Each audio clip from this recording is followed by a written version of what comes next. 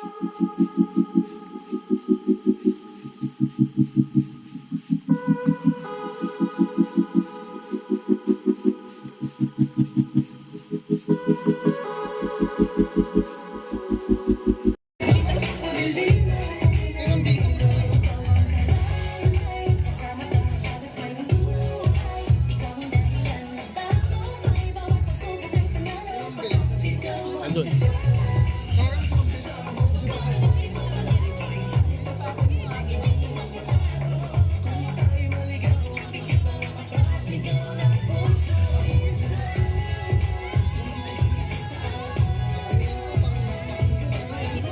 promise to the Filipino people of a brighter future and of a lifetime partner.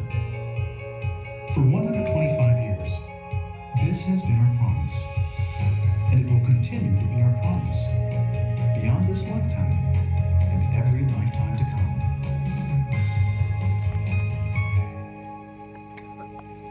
Every promise has a beginning. In 1895, Canada-based Sun Life became the first insurance company in the Philippines. Every new policy was a promise, and a growing sign of trust between the Philippines and Sun Life. So much so that the country's own president, Manuel L. Quezon, was himself a policyholder. But times of great fortune are often marked by times of even greater tragedy. World War II. The Japanese invasion tragically killed millions of Filipinos and nearly forced the company out of the country. By the end of the war, Manila was in ruins and countless official documents were destroyed. But Sun Life was the only insurance company to pay post-war death claims without documentation, fulfilling its promise to thousands of Filipino clients, even in times of war. The 1960s became a time to rebuild for the country and Sun Life. After the war, the Philippines became the sole remaining Sun Life branch in Asia. But the 1970s also marked a time of great change. This meant bringing in new faces to the fold. The Maria Clara Unit, an all-female team of advisors under Anita Makapinlak, became a symbol for that change. But the declaration of martial law left an air of uncertainty. By the 1980s, the Philippines' worsening political and socio-economic situation put the future of Sun Life in jeopardy. But Sun Life's Executive Vice President, John D. McNeil, recognized that Sun Life's promise to the Filipino people was a promise worth keeping. And keep that promise, Sun Life did. By the 1990s, Manila proudly became the company's base of operations in the Far East, marking an era of exponential growth for Sun Life. During the 2000s, Sun Life was publicly listed on the Philippine Stock Exchange, which allowed the company to offer new products to fulfill the promise of financial independence for everyday Filipinos. The growth of the company became an opportunity to give back to the Filipino community, and so the Sun Life Foundation was formalized, touching the lives of millions of Filipinos through education, the environment, healthcare, and arts and culture. But by 2008, the global financial crisis took its toll on the world economy, and the Philippines was hit hard. But while other companies cut their losses, Sun Life pushed forward. And amidst the crisis, Sun Life's promise to the Filipino people was needed now more than ever. So Sun Life launched the first ever multimedia financial literacy campaign aimed at educating Filipinos on financial independence. Although the global economy was still recovering from the crisis, Sun Life never once wavered in its promise to the Filipino people, pursuing a joint venture with the Yuchenko group of companies, giving birth to Sun Life Grepa Financial.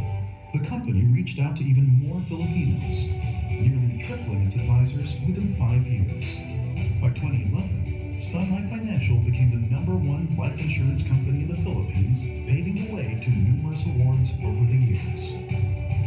But the rich history of Sun Life is defined by its people, the same people that make up its more than 1,000 employees, 20,000 strong advisors, and over 5 million clients in 2020. Sun Life looks to the future, and just as how this nation has been transformed by the times, we transform with the times, to innovate, to inspire, to care, to nurture. For 125 years, Sun Life has stood the test of time alone alongside Filipinos by continuing to be their lifetime partner. Just like we promised 125 years ago, today and beyond. Palakpakan niyo naman yung Sun Life, di ba? Mas maganda nakita niyo yung testimonial through video, no? Okay, Sun Life has been in the Philippine market for the past 129 years, and we are the #1 insurance company in the Philippines for the past 12 years. Pwede ba palakpakan niyo ang Sun Life, no? Sun Lifers, pwede ba lakasan yung palakpakan by mag-preach naman kayo, no? And right now, we are expanding our operation and we are looking for business partners who can join us, who can help us spread our advocacy for the entire 117 million Filipinos out there. So that is the reason why we are here. We would want to offer to you this partnership so that we can help more countless Filipinos out there. That is really the objective of our LBF tonight, or Live Brighter Forward. Next slide, please. Okay, so we have a diverse background. Alam niyo po, importante sa akin pag may LBF, yung nakikita ko yung mga nagre-register at saka yung pumapasok kasi nakikita ko kung sino po ba, kung ano po ba ang demographics at profile ng ating mga guests tonight. At ano po, marami, no, diverse, no? We have Zillennials, we have Millennials, we have Baby Boomers, King, ano tayo King? Ano ba tayo? X group, no? Gen Y, Gen Z. Pero po, we have a diverse background and that is why we are very happy to share with you our company and our mission because at the end of the day, we all share one common thread. And what is this? Next slide, please. And this is this one from Robin Sharma. I'm one of his fans and this is something that I learned 20 years ago and I keep on sharing this to my LBF. And I quote, "Every person has a story to tell, lessons to teach, and dreams to fulfill." Tama po ba yun? Yes. Lahat tayo, di ba, ganun, mayaman, hindi sobrang mayaman, babae, lalaki, all walks of life. We share this common thread. We all have a story to tell. Tama ba, BM Susan? No? Si BM Susan, bago ng Sun Life, ang daming negosyo, ang daming tinayong negosyo, pero nandito siya sa Sun Life ngayon na nag-uusap tayo, no? May former teacher, may former banker, sawa na silang magbilang ng pera na hindi sa kanila, pero nandito sila sa Sun Life. And take note, marami tayong mga young professionals nandito, no? Yung fresh grad, no? Kapapasok pa lang sa trabaho, pero gusto nila more activities that can help more Filipinos out there. So this is something that we all share. A common story, an individual story. And at the end of the day, we share this collective story. We want to be of service and be significant to our countrymen, di ba? So that's number one, that this is the first fundamental truth that we all share. Number two, lessons to teach or lessons that we've learned. Ano ba yung mga lessons na natutunan natin for the past 3 years na lang na nag-pandemic? Ang dami, di ba? That we all need to move forward in spite of what happened, no? Ang daming pains, ang daming mga nangyari, but these pains will make us stronger.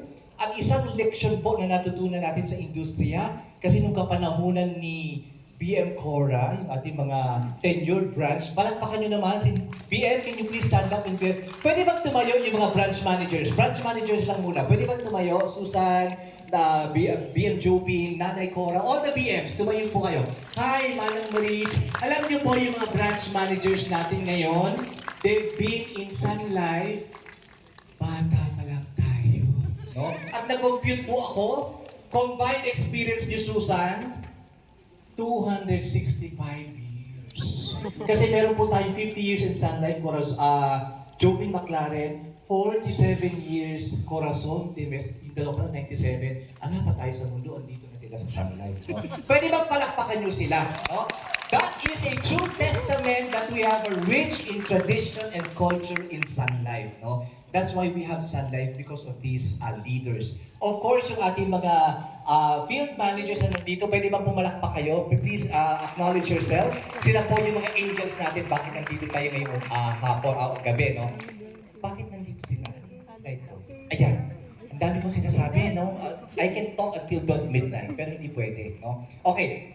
Lessons to teach. Ano ba yung mga leksyon? Nung panahon kasi namin, ang insurance dapat nakikita mo yung kliyente na kukwentuhan mo because of pandemic, hindi na. No? Pwede na ngayon digital platform. We can spread the mission through Zoom and through, through digital platforms. So that's one of the lessons that we've learned. No? Another lesson is that nung panahon namin, kasi 22 years na ako sa Sun Life, ang nire-recruit namin yung mga full-time. Tama ba, Joe? Sa si Joe Rivera. We want full-time, we want full-time. No, we cannot do that this time. Because the young generation, they want to do many things at the same time.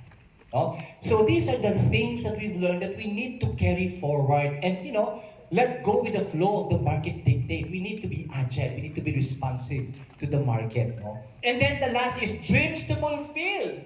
That's why we are here in Sun Life. Kanina po yung mga MCs natin, di ba? Brighter life. Yan po ang ibig sabihin ng brighter life. We want you to achieve your bigger dreams here in Sun Life. No? In Sun Life, there's no big dreams, there's no impossible dreams. No? Dito sa Sun Life, advance to, iunahin ko na, no? Sun Life is a place where everything is possible. Pwede bang pumalakpak yung naniniwala dyan, no? So, ito po ang rason ba't namin kayo invite, no? To share this good life, brighter life to your loved ones, and to allow the dreams of your family to be fully operationalized, and in doing so, help more Filipinos. Next slide, please. Okay. About Sun Life, ito po kami, we've been in the world market for the past 159 years in the Philippines, 1895, 129 years, and we are the #1 insurance company in the Philippines, and we are scattered strategically all over the globe. No? What we do, we provide wealth accumulation and protection and services to our countrymen. Kami po ay doktor na mga kapwa natin Pilipino para mabigyan sila ng advice paano ba palaguin ang kanilang kayamanan or paano ba paghandaan ang kanilang mga hinaharap para at least when we do these things, we become a generational blessing to our family. Alam mo yun, kahit wala na tayo, wag naman sana, o wala na yung mga nag-umpisa ng ganitong mga produkto, maaalala pa rin natin sila kasi because of these companies like Sun Life, through the advisors, we are able to immortalize. I'd like to repeat that. We are able to immortalize the mission of Sun Life, and that is to help more Filipinos. That's who we are. I will not bore you with the company profile. In the next 3 minutes, I'll show you a video clip about our company. Video, please. This is a story of a promise. The promise to the Filipino people of a brighter future and of a lifetime partner. For 125 years, this has been our promise, and it will continue to be our promise beyond this lifetime and every lifetime to come.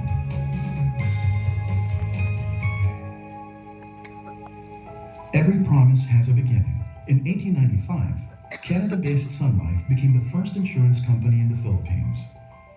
Every new policy was a promise, and a growing sign of trust between the Philippines and Sun Life. So much so that the country's own president, Manuel L. Quezon, was himself a policyholder. But times of great fortune are often marked by times of even greater tragedy. World War II. The Japanese invasion tragically killed millions of Filipinos and nearly forced the company out of the country. By the end of the war, Manila was in ruins and countless official documents were destroyed.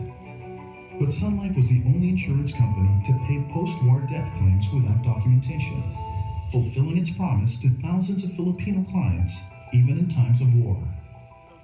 The 1960s became a time to rebuild for the country and Sun Life. After the war, the Philippines became the sole remaining Sun Life branch in Asia. But the 1970s also marked a time of great change. This meant bringing in new faces to the fold. The Maria Clara Unit, an all-female team of advisors under Anita Makapinlak, became a symbol for that change. But the declaration of martial law left an air of uncertainty. By the 1980s, the Philippines' worsening political and socio-economic situation put the future of Sun Life in jeopardy. But Sun Life's Executive Vice President, John D. McNeil, recognized that Sun Life's promise to the Filipino people was a promise worth keeping. And keep that promise, Sun Life did. By the 1990s, Manila proudly became the company's base of operations in the Far East, marking an era of exponential growth for Sun Life. During the 2000s, Sun Life was publicly listed on the Philippine Stock Exchange, which allowed the company to offer new products to fulfill the promise of financial independence for everyday Filipinos. The growth of the company became an opportunity to give back to the Filipino community, and so the Sun Life Foundation was formalized, touching the lives of millions of Filipinos through education, the environment, healthcare, and arts and culture. But by 2008, the global financial crisis took its toll on the world economy, and the Philippines was hit hard. But while other companies cut their losses, Sun Life pushed forward. And amidst the crisis, Sun Life's promise to the Filipino people was needed now more than ever. So Sun Life launched the first ever multimedia financial literacy campaign aimed at educating Filipinos on financial independence.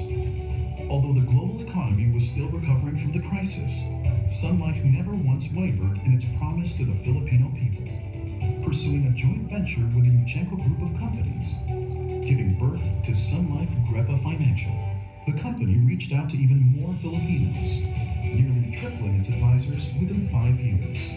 By 2011, Sun Life Financial became the #1 life insurance company in the Philippines, paving the way to numerous awards over the years.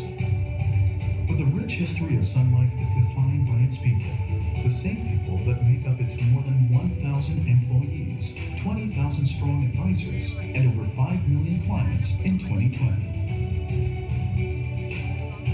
Now Sun Life looks to the future, and just as how this nation has been transformed by the times, we transform with the times, to innovate, to inspire, to care, to nurture. For 125 years, Sun Life has stood the test of time alongside Filipinos by continuing to be their lifetime partner. Just like we promised 125 years ago, today and beyond. Palakpakan niyo naman ang Sun Life, di ba? Mas maganda nakita niyo yung testimonial through video, no?